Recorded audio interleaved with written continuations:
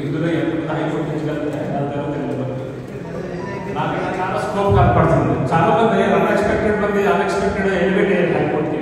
మన జీవన వచ్చేమో, వేరే వాళ్ళ వచ్చేమో, ఏమో వచ్చేమో నా స్కోప్ అయితే నాకు ప్రతిదీ నేనైతే చాలా సీరియస్గా తీసుకున్నాను. నా కోసం నా రూమ్మేట్ మూర్తి, జీవన్, రవీందర్, సుమలక్ష్మి గారు, సుబిన, మంగతాయారు, సత్యవాణి గారు, మధ్య గారు, లలిత అయితే నాకు ఇంటర్మీడియట్లో క్లాస్మేట్, ఎవర్ గ్రీన్ హరికృష్ణ, ఈయన స్కూటర్ శ్రీనివాస్తో రెగ్యులర్గా నా మధ్య టచ్లో ఉంటాడు.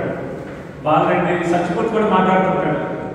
కేసరి రెడ్డి, బాబాయ్ అయితే చెప్పగలేదు, పండిత్ బాలమోహన్ బాబయ్య. మనందరికీ వయసు పెరుగుతూ ముసలుడు అయిపోయాడు.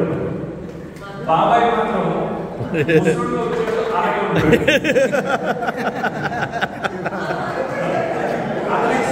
అతనికి సంబంధించిన వరకు కాలం అయిపోయింది. అందరూ రంగు తీసుకుంటున్నారు, ఆయనకి రంగులు అప్పుడేసుకుంటుంది. జుట్టు పక్కన ఊడిపోయింది లేదు, మనం కూడుతుంది. అలాగే ప్రసాద్, నక్క వెంకట్రావు. విచిత్రం ఏంటంటే నాకు నక్క వెంకట్రావు నేను కోచ్గా రాకపోయాను. ఒకసారి మన రామ్మోహన్ నాయుడు గారు సివిల్ అవియేషన్ మినిస్టర్ అయిన తర్వాత నేను పాలన చేయడానికి వెళ్ళాను. ఢిల్లీలో ఉండి ఎవరు వెళ్ళమన్నారు, వెళ్ళాను. నక్క వెంకట్రావు వెయిట్ చేస్తారు ఆయన కొనడానికి. నేను అక్కడ ఉన్నాను, కానీ ఎక్కడ చూసాను మనిషిని అనుకుంటాను. ఆ తర్వాత నేను రామ్మోహన్ చెప్పాను, వెంకట్రావు చేసినట్టు కనిపిస్తున్నాను అంటే వాడు అక్కడికి వచ్చాడు, వాళ్ళ మండలం అక్కడే ఆయన కాన్స్టిట్యూన్సీ నేనే చెప్పా.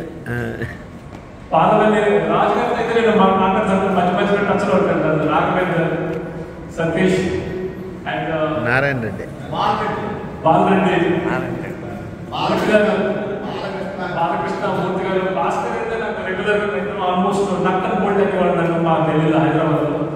రాజేష్, శ్రీదత్తో నేను 2-3 సార్లు కలిసాను, ఢిల్లీలో కలిసాను. చింతన్ రామ్మోహన్ అయితే మన నాయకుడు, రెగ్యులర్గా మీటింగ్ అవుతుంటారు. సత్య మన శివప్రసాద్ స్టార్ట్ అయింది అంత కూడా చాలా తిరుమల చింతన్ రామారావు అయితే చెప్పక్కర్లేదు, ఎవరి పేరు హీరో. ఆ పేరులో బలం. కంపెనీ కూడా అయితే రెగ్యులర్గా ఫోన్ చేస్తుంటాడు.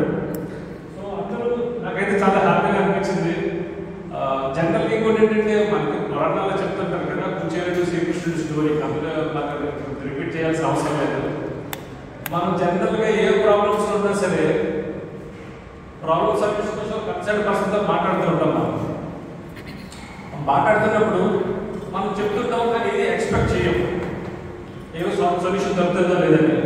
కానీ యాక్చువల్గా మనం ఫాలో అయినప్పుడు ఫస్ట్ కాల్ చేసేది మన ఫ్రెండ్కి, అండ్ వాడికి ఇది ఎక్స్పెక్ట్ కూడా చేయము, కానీ ఏదో బాధ చెప్తుంటాం. వాడు కూడా అలాగే రెస్పాండ్ అవుతాడు. వాడికి ఎన్ని బిజీస్ ఉన్నా సరే వాడు కూడా అలాగే రెస్పాండ్ అవుతాడు. నేను 2-3 సార్లు నోటీస్ చేశాను.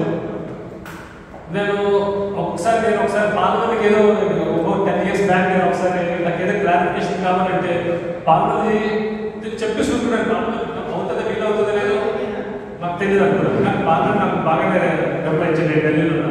అలాగే రాజు కూడా నాకు ఒక నాయకుడు కొంచెం ఇష్యూ ఉంది, కొంచెం సార్ట్అవుట్ చేయండి చెప్పేసి ఉంటున్నాను. తను మర్చిపోతాడేమో అనుకున్నాను, కానీ ఫాలో అప్ చేసి ఒక 2-3 days తర్వాత నాకు రెస్పాండ్ అయ్యాడు. It's a very rare quality.